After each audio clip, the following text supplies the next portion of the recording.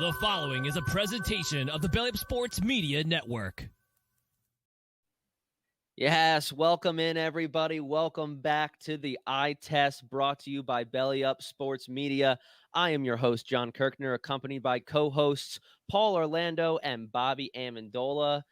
And today we are doing the Week 4 Fantasy Awards, handing out awards to a bunch of nominees. We're going to do something a little bit different. We're going to treat it like an actual award show. So we are in for a great award ceremony.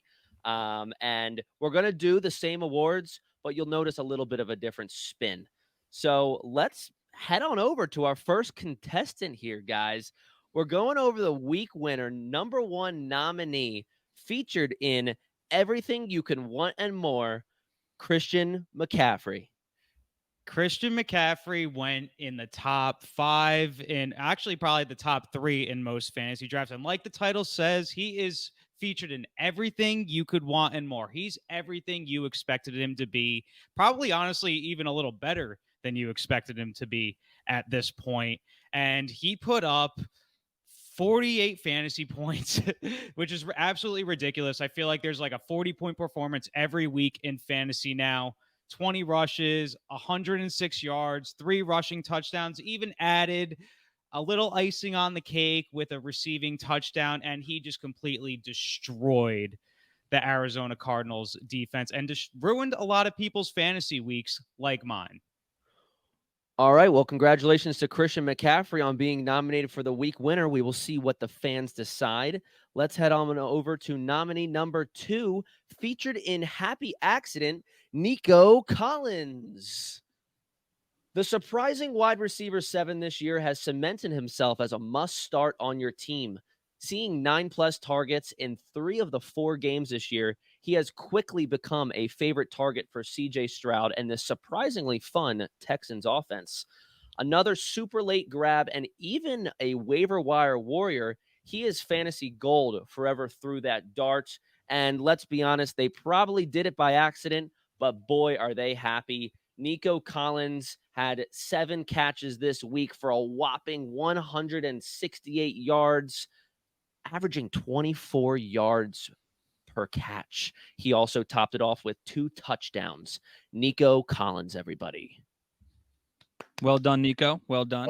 Well done. Cementing yourself as fantasy relevant this season. Yes. All right. And nominee number 3 here, featured in I Can't Believe This Is Working Out, Anthony Richardson. That's right, ladies and gentlemen. Move over. There's another quarterback in town, and that is Anthony Richardson. He was the QB2 this week behind Josh Allen, going absolutely nuclear against the Dolphins. When this dude is healthy, he is an absolute must start. He's getting it done with his legs, and he actually looks pretty good throwing the football too. He looks very poised. He put up almost 30 points this week.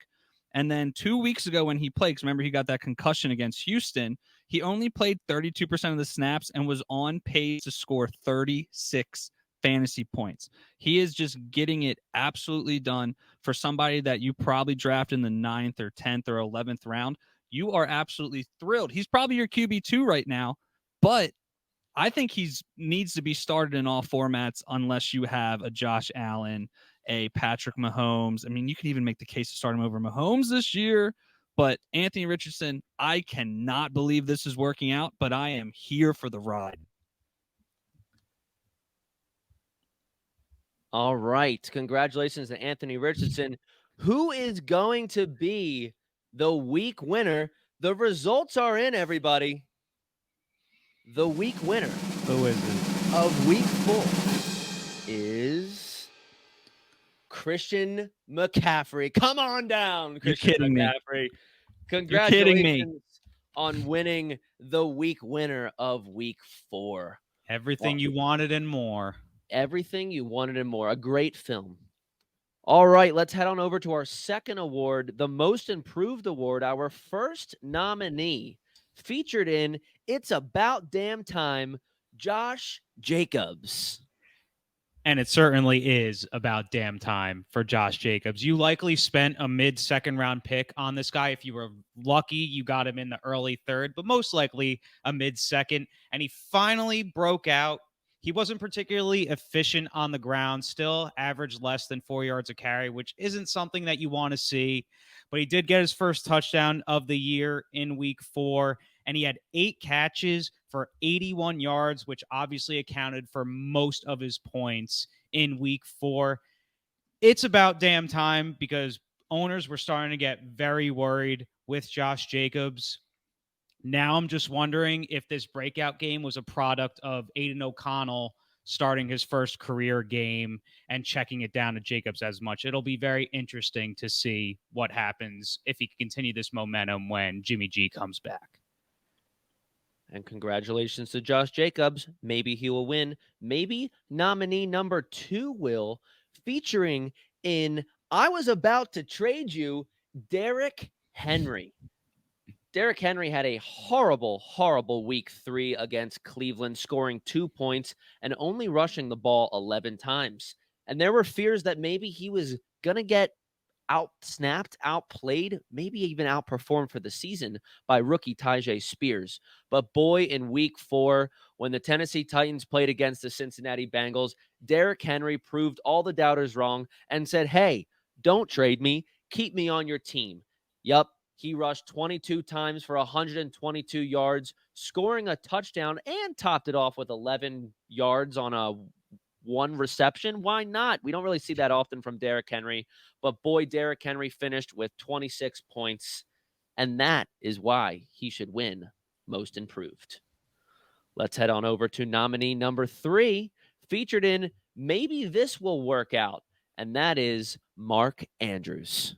Yes, so I have to give it up for Derrick Henry and his performance in that wonderful romantic comedy, but Mark Andrews here, and maybe this will work out. I think that he does deserve Most Improved nominee here. So on the season going into week 4, he had 9 catches for 80 yards and just 1 touchdown. Well, guess what he did in week 4, though? He had 5 catches for 80 yards and 2 touchdowns. He pretty much doubled his fantasy production in 1 week against a stout Cleveland Browns defense, who was ranking, I believe, number 1 in rush and number 2 in pass defense on the season. So Mark Andrews, if you invested a high draft capital pick in him, probably somewhere around the late 2nd, early 3rd, you finally got that production from a premium position at tight end with Mark Andrews this week. And boy, is that really important. Let's go ahead. I've got the results here. They voted. Is it going to be Mark Andrews, Josh Jacobs, or Derrick Henry? Ladies and gentlemen, we have a tie. What? A tie? Hold on. I'm being told by production. Okay, votes are still coming in. It looks like there's a slight edge to Josh Jacobs. Wow. Josh Jacobs, Most Improved player from week 3 to week 4. Wow, I am cooking today. Wow. The committee loves me. The committee loves me. They do. Will Josh Jacobs continue on in week 5? We will see. But we have more important awards to give out, guys. And that is the biggest surprise. And your number 1 nominee, we're only going to have 2 nominees here, featured in Spend All Your Fob and Regret It Later, Michael Wilson. We've seen a lot of people in this role here on Spend All Your Fob and Regret It Later. This movie has been remade over and over, year in and year out. And Michael Wilson, for his performance in week 4, lands the starring role in this perennial blockbuster film here. He had 7 targets, caught all 7 of them for 76 yards and 2 touchdowns. And my argument here is that somebody else in this offense, not named Hollywood Brown, has to catch the ball. So Michael Wilson looks to be that guy. I mean, I don't see you got Zach Ertz over him being the second option on this offense. I don't think so. Michael Wilson, spend all your fob now, maybe not all your fob. Don't spend a lot of your fob, but he is absolutely worth a dart throw this week, especially if he continues to see 5, 6, 7 targets in an offense that is going to be playing from behind a lot. Yes, Michael Wilson, not only starring in Spend All Your Fob and Regret It Later, he's also doing a lot of publicity stuff. You know, I seen that he was featured in our most recent waiver wire ads in our YouTube shorts. So go ahead and you can check that out. You can also see it on TikTok and Instagram and Facebook as well.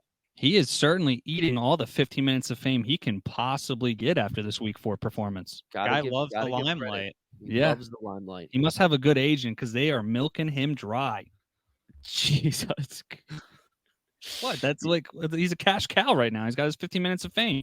I like it. Where did your mind go, John? That's what I'm curious In the gutter. Right in the gutter. I thought it was a Deshaun Watson reference. Oh. All right.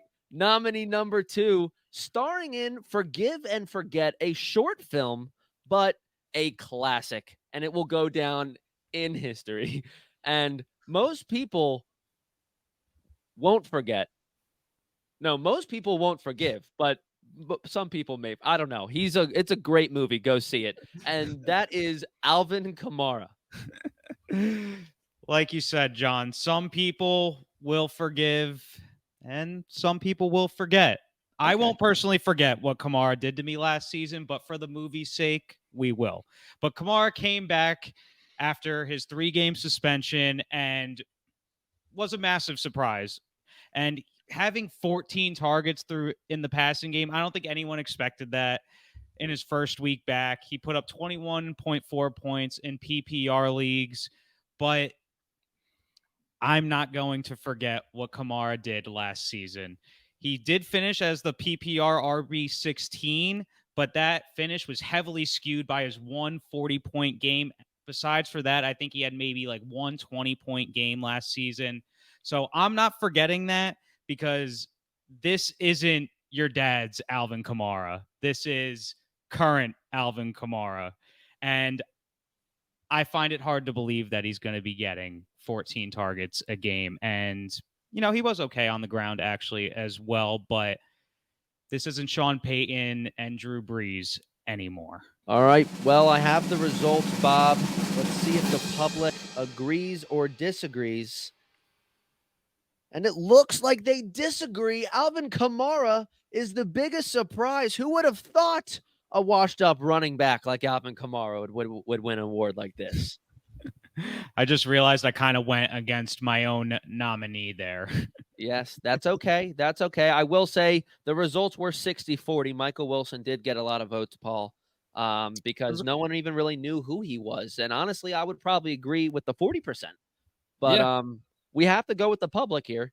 You got to go with the committee, man. Yeah, you got to go with the committee. So, Alvin Kamara, congratulations. Biggest surprise of week 4. I think the committee invested a lot of stock in Alvin Kamara, and that's why they lean that way. And they could have. We all know it's rigged some way. Or did I pay off the committee? Or did Bob pay off the committee? Aha! Investigate. All right. Committee gate. Kamara gate. All right. Let's head on over to the next award, guys. We got 2 more for you. It is the Flex Player of the Week, a new award of this series. Flex Player of the Week, the first nominee, starring in Taking Candy from a Baby, Khalil Herbert. Yes, so Khalil Herbert came out and shined. He did score over 24 points, but here's the kicker.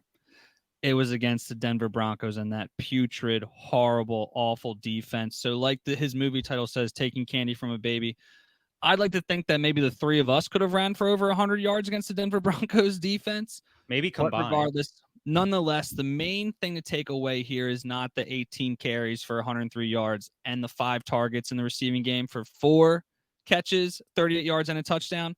But as a fantasy owner, what you like to see here is Khalil Herbert was on the field for 78% of the snaps. Roschon Johnson was a mere afterthought in this Bears offense in week 4. So if that does continue to trend, then Khalil Herbert might have some flex-worthy play in the future. But for now, until he proves it in another movie, maybe gets another big role, maybe lands a supporting cast in a Scorsese film. But right now, I'm not trusting Khalil Herbert too much, but I will give him this. Taking Candy from a Baby, it was a pretty good flick. I gotta give it to him. It was, and a very easy role to get to. I mean, he was the only person who auditioned for that, and you know, he saw his competition. He's like, I can totally be the star here. So, well, I mean, Roschon Johnson auditioned too, and didn't. But well, all right, let's check out. All right, let's check out our second nominee of Flex Player of Week 4, starring in I'm just happy to be here, Isaiah Pacheco. And boy, does it look like being on a high-powered offense is paying off. I mean, he saw that he was drafted by the Chiefs, and he was like, cool, great, I have a chance. But in all seriousness, he has been an RB1 the last 2 weeks. RB1 meaning the top 12 running back over the last 2 weeks. He's scored each game in the last 2 weeks as well. And this season, he's really showcased his rushing ability, averaging 5 yards per carry and averaging 82 yards over the last 3 weeks. He is playing a mediocre role in the receiving game, averaging about 3 targets a game, getting about 3 catches a game. But what he's been doing after the catch has been pretty nice, especially in week 4 against the Jets, getting 14 yards per catch. So some home run playability by Isaiah Pacheco there. Congratulations to Isaiah Pacheco. Congrats. Maybe he will win, but Well done. maybe nominee number 3 will win, featuring in Pumpkin Spice Latte, an indie film, Kyron Williams. Yes. So you know how pumpkin spice lattes or pumpkin spice season only comes around for, it's like a limited edition thing. It's only around for like 3 months out of the year.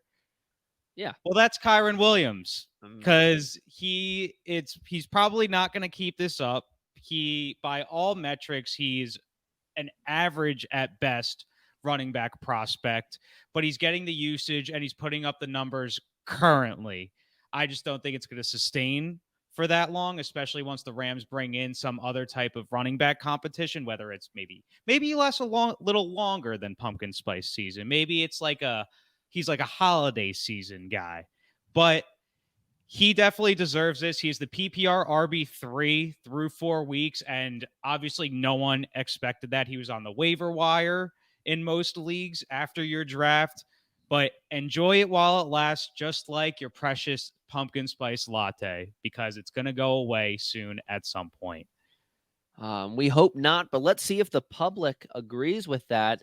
Looks like there are some statistics to come along with this.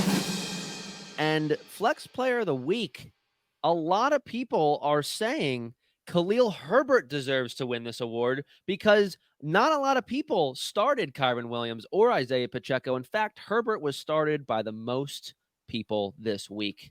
So he does Wow. win Flex Player of the Week due to his matchup, and everyone else saw it. They said, you know what? We saw him in Taking Candy from a Baby. It only makes sense that he wins Flex Player of the Week. So congratulations to Khalil Herbert.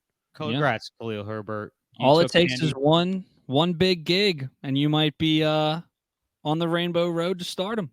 All it takes is one baby with candy.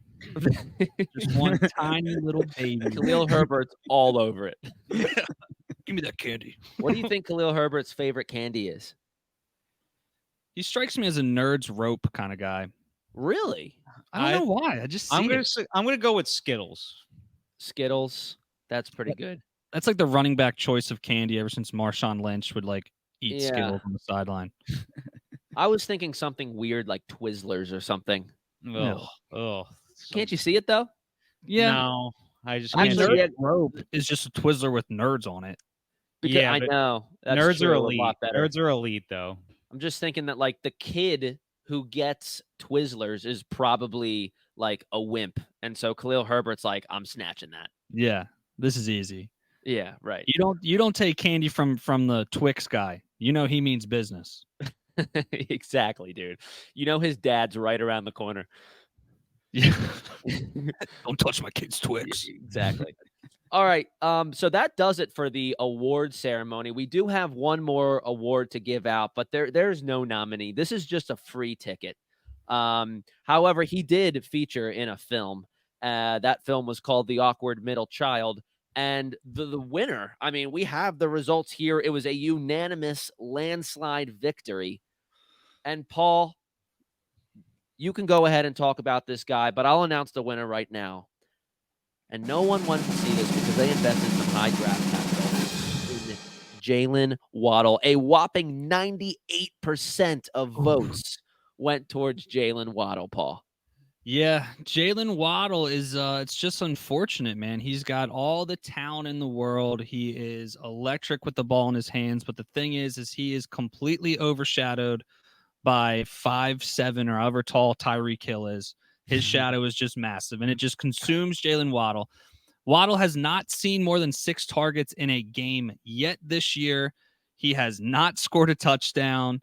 It has just been rough for Jalen Waddle and Jalen Waddle owners. And I am constantly reminded of Cheaper by the Dozen. Remember the ginger kid, the ginger brother and Cheaper by the Dozen, who just like lives in the attic with his frog. Who ran away. Yeah, and like ran away. That is Jalen Waddle just like in the locker room holding a football and being like, this is the only time I get to touch you because Tyreek Hill keeps taking everything. Like that is exactly what Jalen Waddle's thinking right now. And Tua being like the mediator is like, don't give me what Jalen, they're coming. They're coming. And Tua just keeps peppering Tyreek Hill because that's what pads his stats.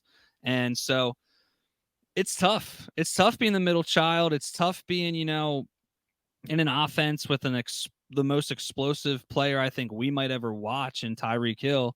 And Jalen Waddle, if he wants to be a true wide receiver one, it's unfortunate, but he's going to have to either leave Miami or Tyreek Hill's going to have to retire because it's not happening as long as Hill's healthy. Gonna be a rough Doghouse episode tomorrow. We've got some new things coming tomorrow as well for the Doghouse. So make sure you like this video, subscribe to our channel, turn on notifications so you can get alerted for when that episode comes out. Doghouse is going to be good. We got some new things coming our way. So we will see you guys tomorrow. For everyone listening on Apple and Spotify, we appreciate it. Go ahead, give us a 5-star review. We will talk to you tomorrow in the Doghouse. The Doghouse. See you later. Peace. Congratulations to all of our winners. Yes, good show. Good show. Good show. Good stuff. The committee is ruthless. After party at McCaffrey's. Oh, yeah. Irish pub. I was gonna say that sounds like an Irish pub. Yeah, I'll see you there. I already have Mr. Brightside being requested at midnight. So Perfect. That's great, dude. That's After's at Khalil Herbert's house where he's just gonna have a bunch of Twizzlers and not let us eat any. Yeah. Put them down. See you guys tomorrow. See you tomorrow. Peace. Bye.